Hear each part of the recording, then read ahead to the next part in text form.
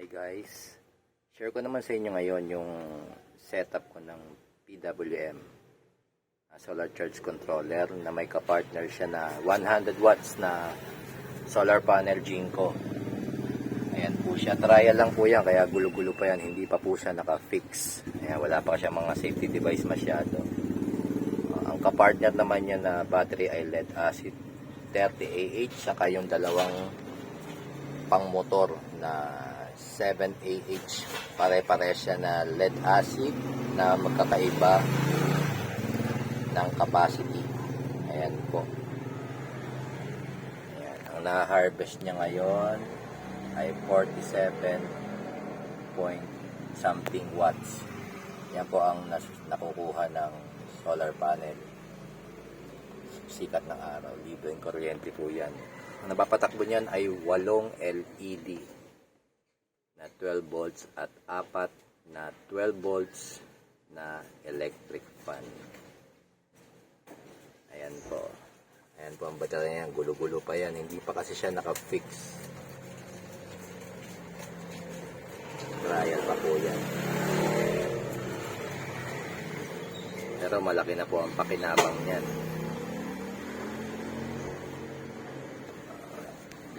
Ayan siya guys. Sa ngayon full charge ang battery. Ayan po. Ang solar panel niya nasa bubong. Medyo maganda ang sikat ng araw ngayon. Ayan po siya. PWM 40 amps.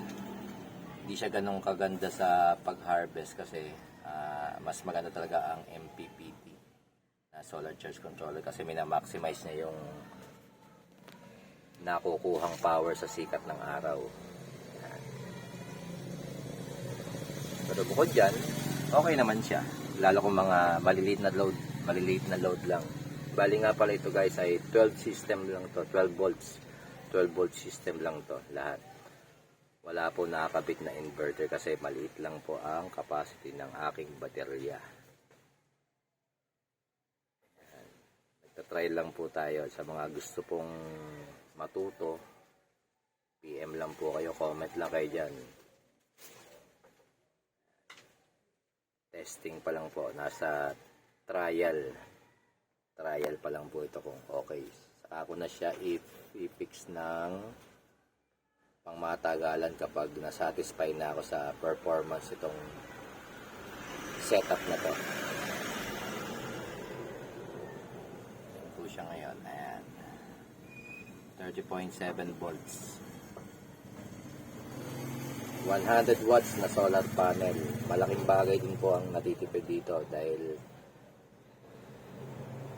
halos dyan na nakakabit ang mga ilaw saka electric fan. Maliit lang po ang baterya ko. Ayan. Pare-pares po yung lead acid. At puro mga second hand na baterya lang yan. Kasi trial pa lang tayo. Hindi pa ako bumibili ng at wala pa rin pambili. Dahil mahal po ang baterya. Yan lang guys. Yan lang ang gusto kong i-share ngayon. 12 volt system na solar setup. Gamit po ang PWM na solar charge controller, 100 watts na solar panel at isang 30Ah na lead acid at dalawang 7Ah na lead acid na baterya po. Yan. Ayan lang po. Wala pa mga safety device. No? Yung breaker na yan nakakasalang yan sa 100 watts sa solar panel. Wala pang pambili ng iba. Dahil testing pa lang. Maraming salamat po sa panonood. Please subscribe po at pakashare na lang po itong video na to. Kung may mga tanong po kayo, message lang po kayo or comment. Yun lang po. Maraming salamat po.